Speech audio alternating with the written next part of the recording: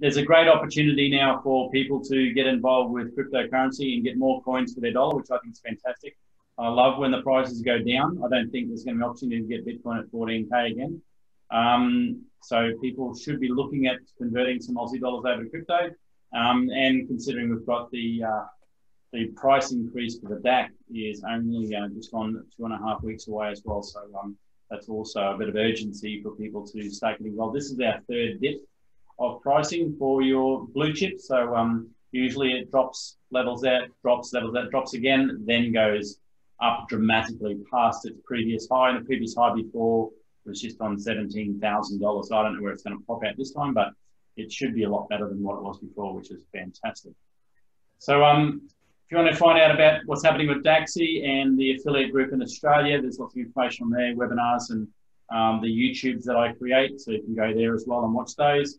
And as you can see, it's not going to let me do it. That's the new Daxi.com website. So if you want to log into the Australian exchange, click on the Australian exchange because that's where we are in Australia.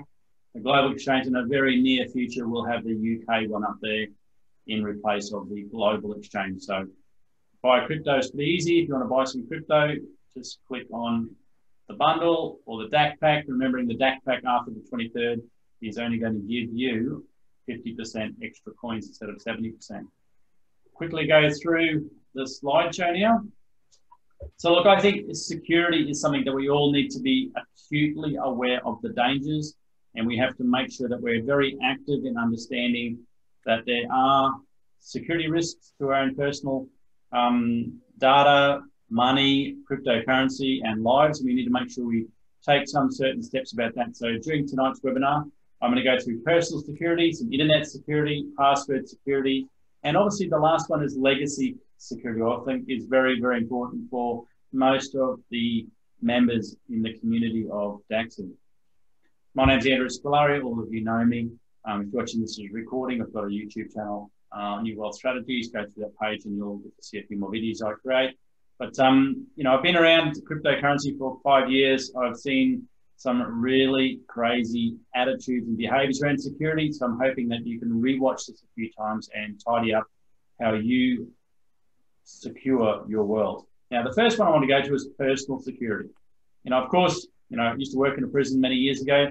Lock it or lose it. There will be people that just conveniently take what's laying around, and if you've got it laying around, they will take it. So, and nowadays, your mobile phones, your laptops, your tablets, all have access to everything that you do online. Before, with mobile phones, you know, you only really was a phone device. You'd ring someone or text one, but now you have your emails, you have access to your banking, you've got access to your cryptocurrency accounts, and if you don't have those passwords on all your devices, it's really important that everything is password protected. So normally it's a 4-digit number to get into your phone, and that's not too bad security-wise for your phones. If you've got tablets and computers, of course, you can expand that out, which I'll talk about later. But making sure that you've got some password stuff on there. I don't personally like using my fingerprint, but there are many devices out there that have fingerprint scanners as well. If you like that, then it's fantastic, better than 4 digits. I personally don't like putting my fingerprints on any electronic devices anyway.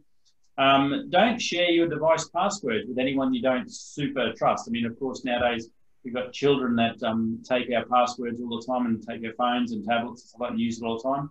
But if they're going to do that, make sure you regularly change that password. Don't leave it for any longer than 2 or 3 months. Just change it to a birth date of someone that you know, or do something that's different. But make sure you regularly change it if you're going to give your password to anyone. Don't leave your devices visible in vehicles. You know, again, if someone takes your device, they open up the device, they have access to everything you've got on that device. And nowadays that is very, very dangerous because we do have everything on there, and people do and have had a lot of their value in accounts stolen.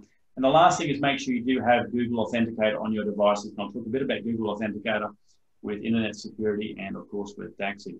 Google Authenticator is something that you need to have. It doesn't have to be Google Authenticator, but there's one authenticator program that you should be using. I better just add a few more people into here. Sorry about that.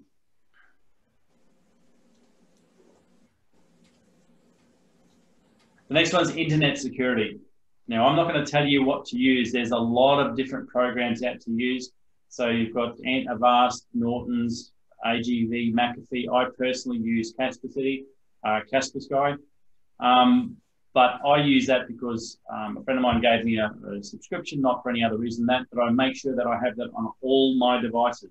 Not only my computer, I have it on my tablet, I have it on my phone, I have it on everything. It does slow your devices down. Internet security does slow your devices down a little bit, but I think the price you pay is knowing that your devices are secure. So it's really important that you do have some form of internet security on everything that you have.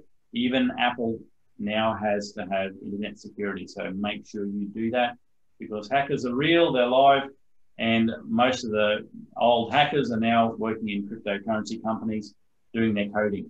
So making sure you do have very good security on your internet. If you're techie, I use a company called tech2.com. They're an Australian-based company, $300 a year, unlimited support. They log in, they fix up your problems 7 days a week. They're a really good company, but there's other people, other services out there that you can use, making sure you've got a good support network around you to help you with your internet and your security around that internet. So it's really important to make sure that you do have internet security. Password security. Now, a lot of you in the WhatsApp chat saw this picture the other day, which was fantastic. I only came across the other day.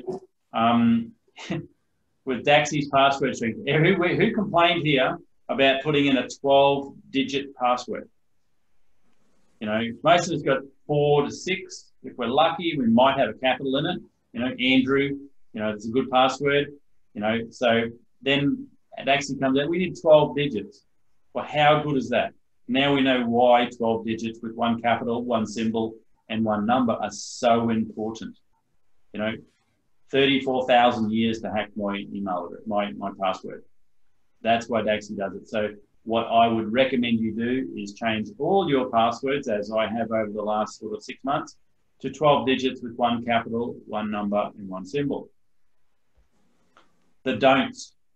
This is really, really important. Don't store passwords automatically. How many people just open up their Daxy Exchange account, their Westpac Exchange account, Westpac bank account, and just automatically jump in? You know, Facebook, yeah, LinkedIn, yeah, but anywhere there's value, like lots of value, don't store them automatically. Click don't store. Never, ever store them automatically, because if someone takes your device and they get into your device, they have access to your data. They have access to your wealth, so they can move that very easily when they're in your computer and you have an automatic password saved in there. Don't use the same password for everything. You know, don't use Andrew1 for your Westpac, Commonwealth, ANZ, Bitcoin, Litecoin, Ethereum wallets all over. Use something different. And I'll talk about how I store all my different passwords. So everything is different. Don't use the same one. That's really bad, because if they do, for some reason, get into one account, they can get into all your accounts. The third one is don't tell anyone your password. Now, this is really important for a lot of people. Now, surprisingly, 3 people in Daxy this month have had their money taken out of their accounts unauthorized because they told someone their password.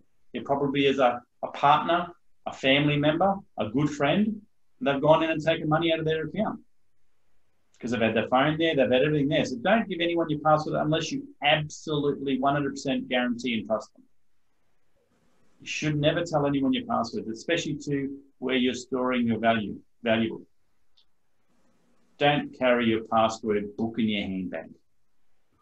Because I don't know how many people carry a book and they have their passwords all written out in a book called Passwords. So when their handbag gets lost, they drop it, it falls out of the car, and the handbag slides under the car, and the book slides under the car, they drive away, and they lose their password book, then your life is exposed to anyone that picks it up. And don't use easily guessed passwords. 1, 2, 3, 4, 5, 6, 7 is not a password.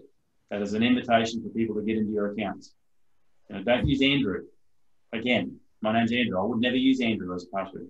Don't use forgot password or even the word password. There's lots of things. Make it hard for someone else to guess and regularly change them. So there's some other password. I thought this was pretty special. 34,000 years to crack a 12-digit password. That's why Amit has done it that way, our CTO. Happy days. Now, password security. Now, it was a bit of a chat in the WhatsApp chat about different password that you can use. There's quite a lot of online password companies that you can pay a subscription and they will store your passwords for you easily. So you've only got to remember one password to get into that account. There's a few more there. So a lot of them have monthly fees. 1Password is a pretty popular one. You know, there's lots of different types of password stuff, Bitwarden as well. So there's tons and tons of programs there. I'm not going to tell you which one to do because I don't like storing any of my passwords online anywhere because I don't trust anyone. What I do, I have an Excel file. This is what I do. So I have often used passwords. I have banking passwords, cryptocurrency passwords. I've got my website passwords. I've got social passwords, health passwords, and other passwords. So what I have is all the information I need to access here. I store that on a USB device. I save it to that USB device only. I never ever copy and paste those passwords. I always look at them and then type them out into the fields required. If you copy and paste them, it means it leaves that password on your clipboard. And again, if someone hacks into your account for whatever reason, they can go to your clipboard. It'll be the first place they go and they'll see all the stuff that's in your clipboard, unless you delete your history pretty regularly. But make sure you don't copy and paste anything on from your passwords. And I just push it in the computer and then take it out straight away. So it's only exposed to the internet, just like the hot wallet and the cold wallet in cryptocurrency. So I just store it on a little USB. It's different to all my other USBs. I plug it in, I open the file, I look at the file that I need to look at, and I close it and pull the USB out. So it's only in the computer, so less than 10 or 15 seconds. So the chance of someone looking at it and taking it from me at that time is very, very, very small. What I also do is I have a copy of this USB with all the relevant information that I have regarding bank accounts, crypto accounts, social media, emails, everything on there, all the important information, and I've given that to my daughter, and she lives 1,000 kilometres from me. So periodically, I send her, when I see her, I just update that USB stick so that she's got everything that if something happened to me permanently, then she would have access to all my wealth, all my information, all my data. And she doesn't get into it now because I do trust her, but she's my enduring power of attorney. She's the executor of my will. So she should have access to that stuff because I do trust her in that. So making sure that she does have access to that information, I think it's really important. But periodically update it. So if something happened in between an update, it would be too big of a deal for her to go through and access all that information from me. Now, the last one is your legacy your security. So make sure you got an up-to-date will and testament. Make sure you do have an enduring power of attorney. If you do have a lot of wealth, you need to set up some family trust. That's my recommendation. So that, again, is a protection mechanism. Regularly back up all your accounts and passwords. Do it all the time. And make sure that the third party who has access to that information or a file is a highly trusted person. It's very difficult to keep an accurate notebook of all your passwords, but a file is a lot easier. Normally, you can just plug it into your computer and just update it as you need it. We all have many, many, many passwords and access to passwords now, and we just need to make sure that we have a decent storage device, a decent security system around storing our passwords correctly.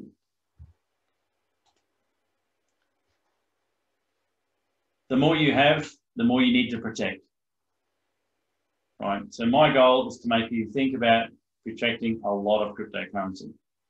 That's what I do this for. That's why I'm here for you guys all the time, to make sure that you do end up with a vast amount of wealth that you can do some really great things to the humanity. And you need to protect that. You need to protect your passwords. You need to protect your legacy. You need to make sure that what you are creating now, which is going to be nowhere near as big as it will be 2, 3, 4, 10 years' time, what you're creating now is looked after and protected in an appropriate way. Time waits for no one. So the best time to start thinking about how you're accessing your devices, your electronics, is right now. So take some action tonight. Start a file up, get a USB stick, look into 1Password or some other password options. I know Dee uses 1Password, but just look at the options. Make sure you do some action about this. It's really important. Now, there's a lot of things happening in the world, and we do know that the bigger the disruption, the bigger the opportunity, the more smarter people out there, and we need to make sure that our passwords are protected, our lives are protected, and our wealth is protected.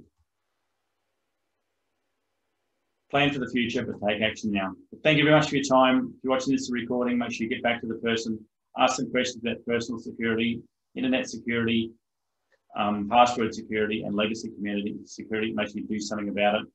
There'll be more information on the DAXI Facebook pages, the YouTubes, and also my website, allthingsrenewable.com.au. Thanks for your time. Bye-bye.